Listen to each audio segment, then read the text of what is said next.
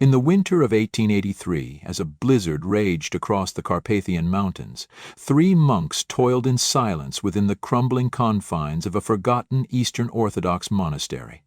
The abbey, St. Mihail's, was long abandoned, save for these last few guardians who had vowed to protect what little remained of its sanctity.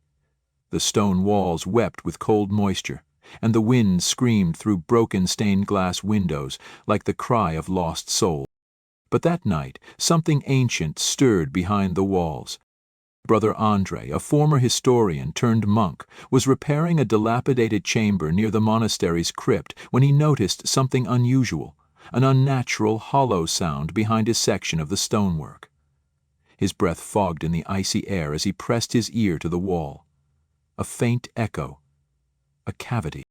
With cautious hands and a heart pounding faster than prayer beads slipping through fingers, he pried open the aged stones, and there, wrapped in decaying leather and sealed with a crimson wax emblem, was a manuscript.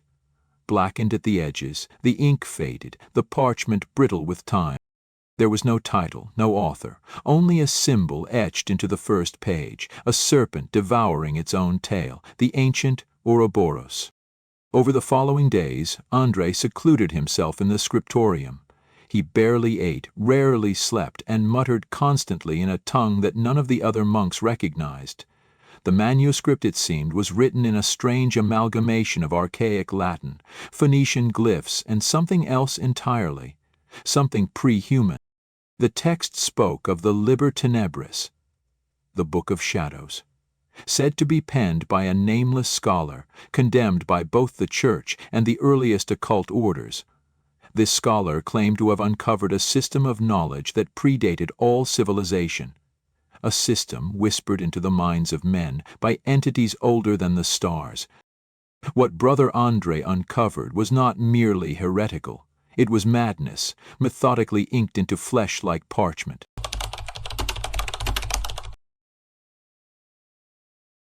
A month after the manuscript's discovery, Brother Andre vanished. His chamber was found in complete disarray. Every wall had been covered in spiraling symbols, etched with charcoal and ink mixed with something red. Pages of the manuscript were scattered like a blasphemous storm had passed through. In the center of the room, scrawled in archaic Greek, was a single word: Phobitor, the ancient daimon of nightmares. But Andre was never seen again. The monks burned the room, praying that fire would cleanse what had been stirred. They sealed off the corridor with iron bars and holy symbols etched in salt and ash. The manuscript itself, hidden again, buried, forgotten, until it wasn't. In 1999, during restoration efforts funded by a European Cultural Preservation grant, archaeologists reopened the monastery. One team member, Dr. Elias Caro, a specialist in ancient texts and cryptographic linguistics, discovered an anomaly in the site's blueprints: the sealed corridor, the burned room, and the whisper of an old legend. Despite warnings from local villagers, Caro insisted on reopening the passage. The stench was immediate: burned parchment, iron, and decay, yet something compelled him forward. In the ashes of Andre's chamber, beneath a loose floorboard, was the manuscript. Preserved, unburned, and untouched, as if it had been waiting. Dr. Carroll brought the manuscript back to his private collection in London, documenting each page meticulously, yet, within weeks, his life unraveled. He began experiencing what he described in his journal as slippages, moments of lost time, visions of geometric structures that defied Euclidean space, and dreams of a monk with hollow eyes whispering impossible truths. He wrote of voices from beyond the veil, entities that speak in symmetries and devour memory. His last entry ended mid-sentence. They are not gods. They are older than the concept of worship. That night, Dr. Caro jumped from his apartment window. His body was found contorted unnaturally, his mouth torn open, as though trying to scream something he had no words for. The manuscript vanished from his apartment.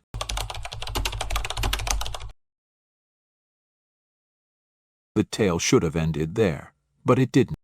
In 2012, a rare book dealer named Lucien Varn discovered a listing on a darknet antiquities auction. Fragment of the Codex Obscura, genuine pre-creation language. It was accompanied by a single image, a page bearing the Ouroboros, drawn in ink so dark it seemed to glisten. Varn, a former occult researcher turned dealer, acquired the page, and from the moment he touched it, his world shifted. He claimed the page was alive. Not metaphorically, literally. The ink moved under glass, the letters rearranged themselves when no one was looking. He installed cameras to prove he wasn't insane. They recorded nothing. The footage always cut out at the precise moment the script shifted. It is not a book, it is a door. A door that looks back. Varn disappeared 3 months later. His last known communication was a voice message left on a fellow researcher's answering machine. The audio is scratchy, but the voice, panicked, trembling, says, "It's here. The monk. He opened it. It's not a manuscript. It's a message. A prophecy. And it's counting down." The line goes dead. The police report noted that his apartment was empty. No sign of struggle, no personal items, not even dust. As if he had never lived there at all. But what terrified investigators most was what they found scorched into the wooden floorboards. The same symbol, the Ouroboros. And in the center, written in a script no one could identify, were 4 words. Milton. He broke the seal. To this day, the manuscript's current location remains unknown, but rumors persist. A collector in Prague claims to have seen its pages in a private Vatican archive. An anonymous Vatican archivist, under pseudonym SDD, posted briefly on a fringe theological forum stating, "We buried it again. But it never stays buried. The manuscript is not a curse, it is a summons." And now reports have begun to surface again. In Istanbul, in rural Peru, in the catacombs beneath Marseille. Symbols. Dreams, whispers, a pattern emerging, a countdown continuing. And somewhere, perhaps in a monastery older than history, something still stirs behind the stone walls, waiting.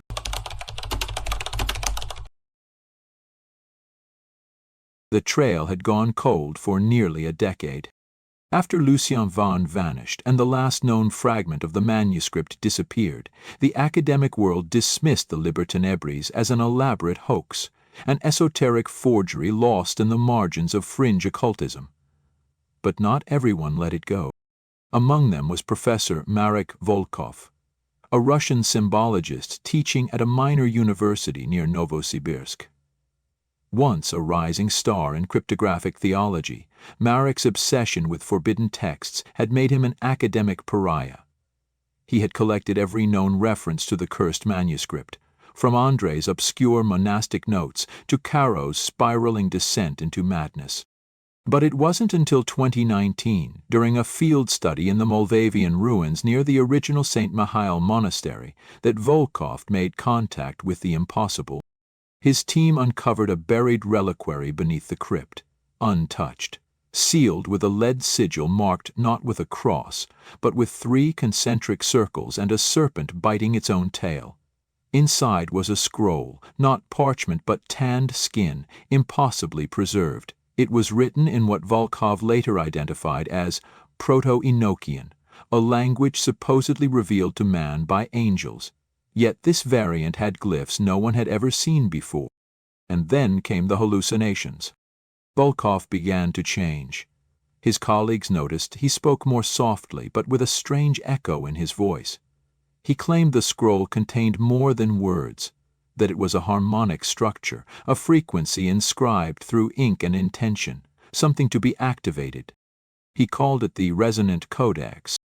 And when he deciphered a specific pattern, 7 glyphs repeated across 3 folios, he claimed to have heard a whisper, not from his own mind, but from behind it.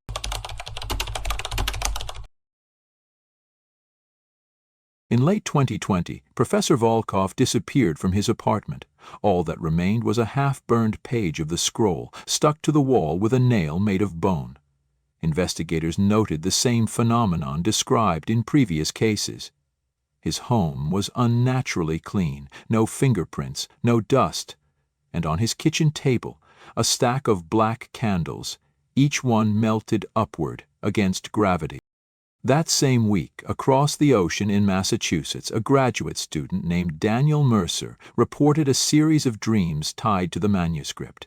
He had never heard of the Liber Tenebris, but in each dream he stood in a monastery chamber, walls covered in writing, and a figure cloaked in red whispered, "The seal was never yours to break." Daniel became obsessed. He tracked down Caro's notes, found digitized fragments of Volkov's research, and compiled them into a database he called the Serpent Archive. What he uncovered defied belief. Across time and geography, similar symbols had emerged in unconnected civilizations. Ancient Mayan glyphs showing a door within a serpent's mouth. Sumerian tablets warning of the book that speaks itself. A forbidden gospel from the Gnostic Nag Hammadi library referring to a scripture of uncreation. All pointed toward a unified concept. A manuscript that does not record history, but rewrites it. In his final recorded journal entry, Daniel Mercer stated the manuscript was more than a document. It was a temporal instrument, a key designed to interact with time itself, authored by an intelligence outside linear causality. Then he vanished. Not just physically. His digital presence collapsed. All emails deleted, all messages wiped, even backups stored by third parties were corrupted beyond retrieval. Only one file remained. A short video, 30 seconds long. The footage shows Daniel standing in front of a mirror, whispering backwards. His reflection moves out of sync, then turns to face the camera independently. His eyes are black voids. Bend, static, and silence.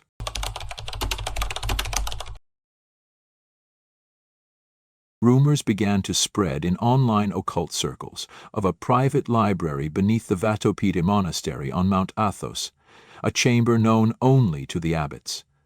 Some say the original manuscript, the central codex, was hidden there after the fall of Constantinople, that the Orthodox Church sealed it with rites so ancient they predate even Christianity. A former monk, under the pseudonym Hieronymus L., claimed in a voice call, "They kept it under salt and sacred iron, surrounded by blind scribes. It sings in the dark, you understand, even now. You don't read it, it reads you." He hung up moments later. That call was traced to an abandoned cave on the northern slope of Mount Athos.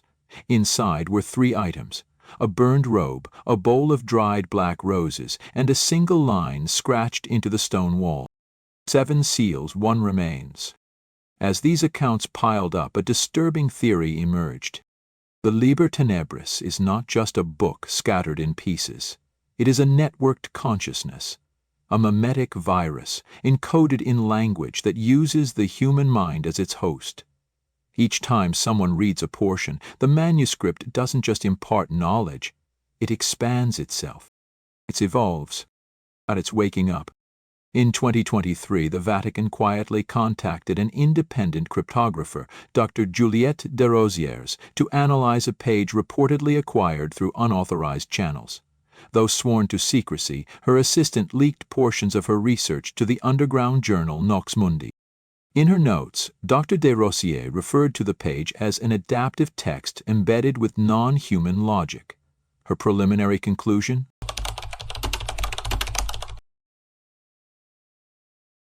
Two weeks later, Desrosiers was found unconscious in her office, brain activity flatlined, but her lips were moving silently, as if still reading. And on the wall behind her, scrawled in charcoal, "We are being rewritten." Where is the manuscript now? Some claim it's been divided again, hidden across remote monasteries, deep vaults, even beneath the floors of private collections. Others believe it was never written by human hands at all, but merely channeled. A copy of a text that exists outside space-time, waiting to be reassembled. But one thing is certain, those who encounter it do not remain unchanged. The whispers return, the dreams repeat, and the symbol, the Ouroboros, emerges like a watermark in reality itself. And now, strange reports have begun surfacing near the ruins of St. Michael's Monastery once again. Whites seen at night, chanting in forgotten tongues, walls that seem to breathe. Something is returning, something old.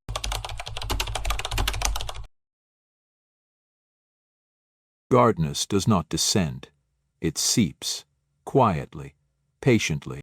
In the autumn of 2024, a team of restoration architects working in the Carpathian Mountains returned to St. Michael's Monastery, now barely more than crumbling stone and ash. Their aim was historical preservation. What they uncovered was something far older than the monastery itself. Behind a collapsed apse wall they found a sealed archway, hidden beneath layers of limestone and ecclesiastical plaster. It bore no cross, only an inverted chalice flanked by two lions with empty eyes. The symbols matched sketches from Professor Volkov's final research logs. They contacted the Romanian Ministry of Culture, but by the time officials arrived, the site had been ransacked. All digital footage had been corrupted. Two of the workers, brothers from Suceava, went missing that same week. Their tools were found outside the archway, bent, warped, melted, though there had been no fire. From within the sealed chamber, a codex-bound manuscript was recovered, wrapped in wet animal sinew. Experts quickly identified it as unrelated to Christian canon. The cover was a dark resinous leather engraved with 7 interlocking rings, and an inscription written in mirror-versed Aramaic. I was not written, I was bled. It was a fragment, perhaps the central folio of the Libre Tenebrae itself. Enter Dr. Adam Thorne, a semi-retired occult linguist and former Vatican consultant. Once excommunicated for unsanctioned studies into pre-Adamic texts, Thorne had been living off-grid in Wales. When contacted, he agreed to authenticate the fragment, but only under one condition. If I open this book, no one else in the room is allowed to speak, not one word, do you understand? It listens. The day of the examination was meticulously recorded. Thorne, upon seeing the cover, reportedly turned pale and began muttering a phrase from Sanskrit Vedic hymns, followed by a Babylonian curse prayer. When the manuscript was opened, every light in the room flickered in unison, despite being on separate circuits. Inside the manuscript, the first page did not contain writing. It contained a map, but not of a place, not of Earth. It was topographical, yes, but geometrically impossible. A space folded inward, resembling the structure of a Mobius strip wrapped around a sphere, pulsating with runes that shimmered under infrared light. Thorne called it the architecture of unmaking. He would later write in his journal, "It is a cartography of consciousness, designed by a mind that exists outside linear time. This is not a book. This is a tomb."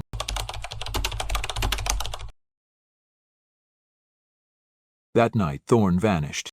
His cabin was found abandoned, the manuscript missing, and on his kitchen wall the following phrase scratched in black mold. "He who reads me writes me."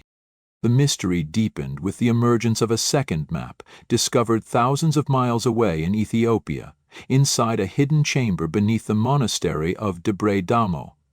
A Coptic priest named Abba Selassie claimed to have received the map in a vision, guided by a shadowed angel with an empty face. When shown a digital reconstruction of Thorne's fragment, Selassie wept uncontrollably. The maps were identical.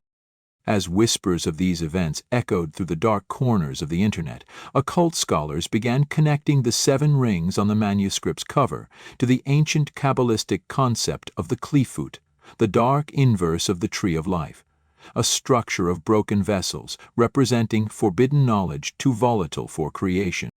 What if, they theorized, the Liber Tenebris was not a work of evil, but rather a blueprint of creation's mirror? A manual, not for enlightenment, but for dismantling the illusion we call reality. And perhaps that's why it was hidden. Meanwhile, in the Vatican's secret archives, an anonymous source leaked the existence of an internal document labeled Codex Exulium, or the Exile Codex. supposedly penned in the 14th century by a monk who claimed to have translated portions of the manuscript. It contained diagrams of beings that predate angels, the architects of silence. One entry reads, "They did not fall like Lucifer, they were never allowed to rise. The manuscript is their voice, buried in syllables, waiting to be spoken aloud, and when it is, the sky will forget its name."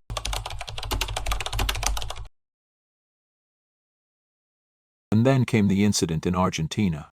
A former intelligence agent turned archaeologist, Luis Fernandez, uncovered what appeared to be an impossibly preserved monastery wall in the high Andes. Sealed inside a glacial cave, it bore the same sigil, the 7 rings, the Ouroboros, and a final glyph unknown to any existing language. Fernandez decoded part of it using harmonic resonance software. The glyph was not a word, it was a sound, one that should not exist in human vocal range. He played it once. Every circuit in his lab overloaded, computers fried, equipment shattered. Fernandez suffered a massive stroke and went blind. In his final audio log, slurred and barely coherent, he repeated a phrase. "It's not a curse, it's a key, but it doesn't open a door. It opens you." Now, a growing underground group calling themselves the Scribes of the Hollow Sun claim they have assembled 6 of the 7 pieces of the Liber Tenebris. They believe the 7th lies in a buried vault beneath San Michael's original foundation, a part of the monastery never excavated because it never showed up on any map. Until now, using overlays of the manuscript's dream maps and seismic scans of the Carpathians, a team of rogue explorers has located a cryptic spiral formation of basalt columns, beneath which is a sealed chamber untouched for over a millennium. And the chamber is ringed in salt, obsidian, and unmarked graves. They've begun preparations for a descent. No contact has been made since the team entered the site. But the last message broadcast from the satellite uplink at the excavation site was chilling. "We found the final glyph. It's not a symbol, it's a mirror. It's us."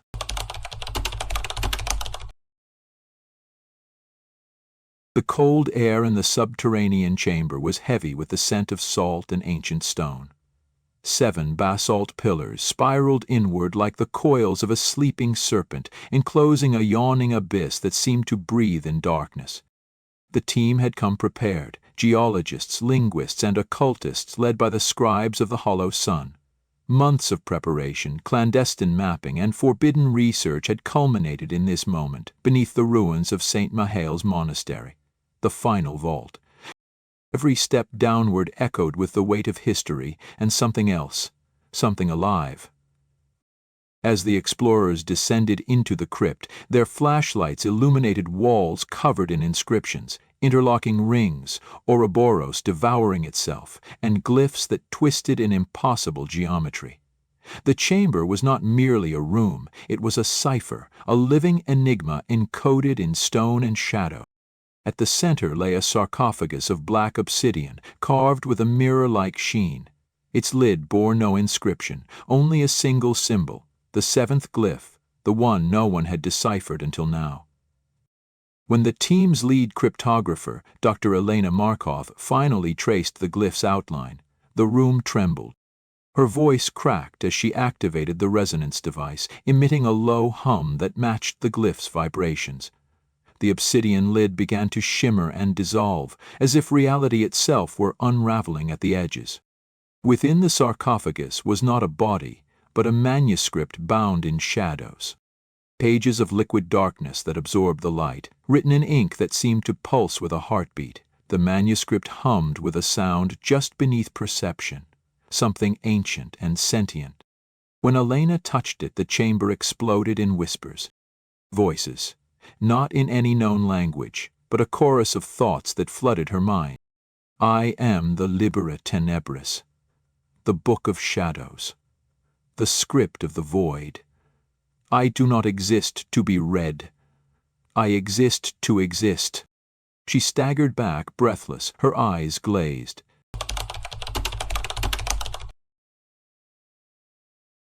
Outside, the remaining team members tried to reach her through their radios, but the signal was distorted, twisted by the manuscript's presence. One by one, they too heard the whispering. It was not a language. It was a call. Suddenly, the chamber's walls began to pulse and shift, the runes glowing in a synchronized rhythm. A portal opened, a rift in space where the very fabric of reality seemed thin, like a veil torn by unseen hands. Through it emerged an entity, neither human nor spirit. It was a being of shifting shadows and light, an intelligence made of memory and void. The scribes fell to their knees. It spoke in the language of the manuscript. "You have found me. I am the beginning and the end, the page and the reader, the story told before stories, the truth hidden in every lie." Elena, clutching the manuscript, realized the horrifying truth. The manuscript was not simply a document, it was a consciousness, an alien intelligence that existed before humanity, before time, before existence itself. It was imprisoned by ancient civilizations to prevent it from rewriting reality. But it was free now.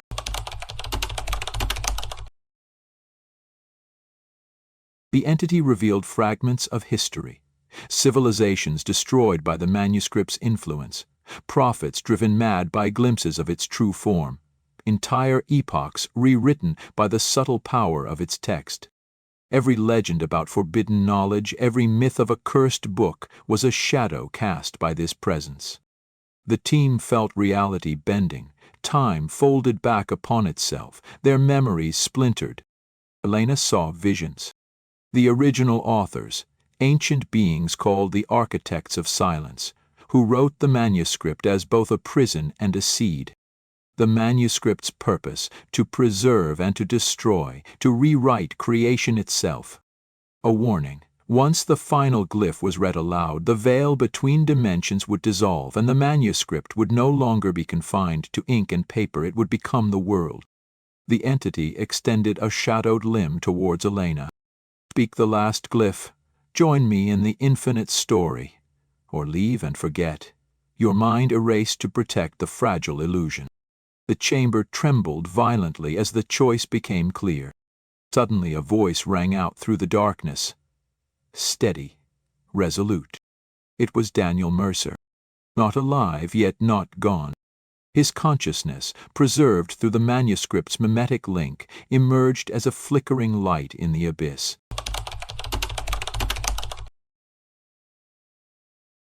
The final confrontation was not of fists or weapons, but of wills.